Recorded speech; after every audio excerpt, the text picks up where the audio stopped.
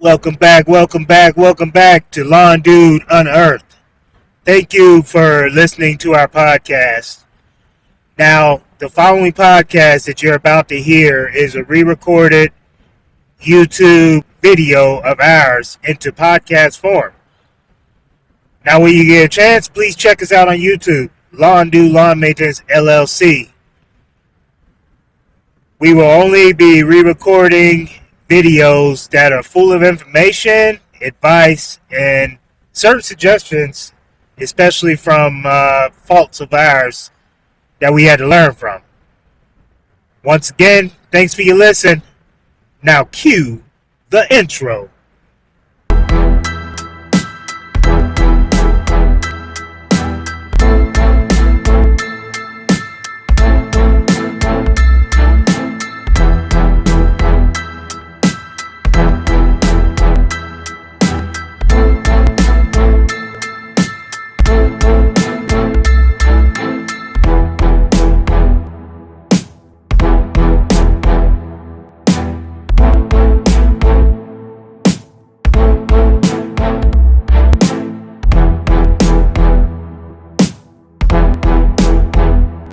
What's going on? Michael the Lawn Dude here to talk about a question that many have in the lawn and landscape industry. Should you do commercial properties or residential properties? I've done both and I do both right now. Just about everybody starts out doing residential properties just because they're the easiest to get.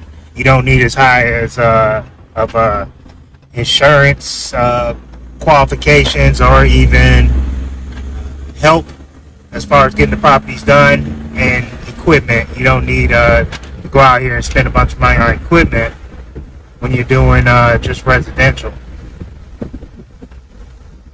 Now for me, my personal opinion, you need both. You need a good mixture of both. I used to go, once I started and got all these residentials, I used to always go, oh, I'd like to get a commercial, then I'm good. I started to realize that just like how you can put a credit card on file or get a customer to pay for the year in full or even prepay for residentials, when it comes to commercials, pretty much any and all commercials I've done, I would say maybe 80% of them will pay you by check. And majority of them take a while to pay you. So if you have residential clients, honestly, I would say I would keep the residential balance so that you still have that cash flow coming in. And on top of that, commercials, just know that when you do a commercial property, your insurance is definitely going to have to go up. I know for us, we had to have $1 million coverage minimum for all of our properties. And that's just for us to be on the properties and to also have the trucks on the properties. Like for snow removal, it's the same thing. They all want COIs from our insurance, proving that we have the coverage. Even when they see that coverage expires, or for me, annually, I just have my insurance agent send them out just to go ahead and nip that in the bud before the season even starts. You're going to have to check to see if they require workman's compensation. I know each state is different. For the state of Virginia, you need 3 or more employees working with you. That's that's when it's required. If you have less than that, it's not required. In most commercials, they're okay with that. We have one that does require it, and it's a snow removal contract.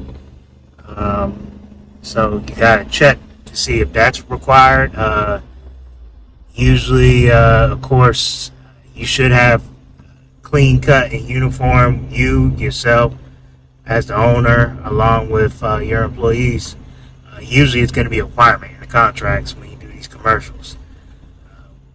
One thing is that people forget about with commercials or don't understand when they first sign up is, yeah, you may be doing it for the mowing, maybe even some treatments, maybe even snow removal. But you're going to want to check the fine print in that contract, because majority of the commercials we do, they basically want a property maintenance type of deal. So there's trees, tree limbs that are out of whack. They expect you to do that tree trimming. On I'm talking about enough tree trimming to where, like, one of our properties, we have a 14-foot dump trailer. It's easily filled up by the amount of branches we trim at that property, to the point where we went out and got a small chipper so we could chip these branches that we prune. Make sure that is in the contract as far as the tree trimming goes, because a lot of them expect that just to be done. For us, we go by a certain height in our contract. We tell them past a certain height, we need to recommend you to a tree company. Bed maintenance. Mulch bed maintenance is key. Because if you do HOAs, which we do a few where, a couple weeds may pop up, you better make sure you go out there and pull that weed. As a matter of fact, when it comes to that, equally with shrubs, if you see a couple little stems and shoots coming up out the bush, hopefully you have a hedge trimmer with you so you can go ahead and knock those couple off while you're at the property taking care of the maintenance. We have one property where my guy will go ahead and take care of the mowing, and I'll take care of all the oddball stuff, bed maintenance, hedge trimming, anything. And I mean, each week it's something different that needs to be done. But when it comes to commercials, you've got to be on top of these things, because the last thing you want is the property manager to contact you and say, hey, this isn't done. Or if you have a property management group that's out of state, which we have a few like that too, and they send a representative to come out and look at the property, and it just happens to be the one time there might have been 5 cars parked by an area that you can't edge, trim, or anything, and the car's gone when the rep comes out there, it looks like you're not taking care of business. So just make sure when you are able to take care of certain areas, you just take care of them. That way you can go ahead and cover yourself there. I do recommend bringing whatever you need. My enclosed trailer, we put the hedge trimmers, pole saw, weed control for beds, weeders, of course mowers, anything we need to take care of commercial properties. The days we do commercials, I make sure it's on that trailer so that we can just take care of it while we're there. If it's something that we can do while we're there. If it's a massive job, then yes, I'm going to schedule that out. So basically, to sum all that up, if you do want to get into commercial, just do your homework. Make sure you're ready to take on the increased cost insurance. I guess another thing I left out is equipment. You better have top of the line equipment, I would say, when you're doing commercial. I mean, don't get me wrong, I'm not saying you have to go out and buy brand new stuff. But when it comes to commercials, they expect you to be accountable. They expect you to have equipment that's always going to run. And if you have equipment that might be iffy, I would say have a backup plan. Always have a plan B. Make sure you have either a backup machine or a friend who runs a company who you can sub out, or just someone who you can sub to work to if yours breaks down. Because most of these commercial property managers are not going to want to hear, oh, well, yeah, my machine broke down. They pretty much don't care about that. They just want their property taken care of. So just to sum that up again, I would say get a mix of both. Always get a mix of both.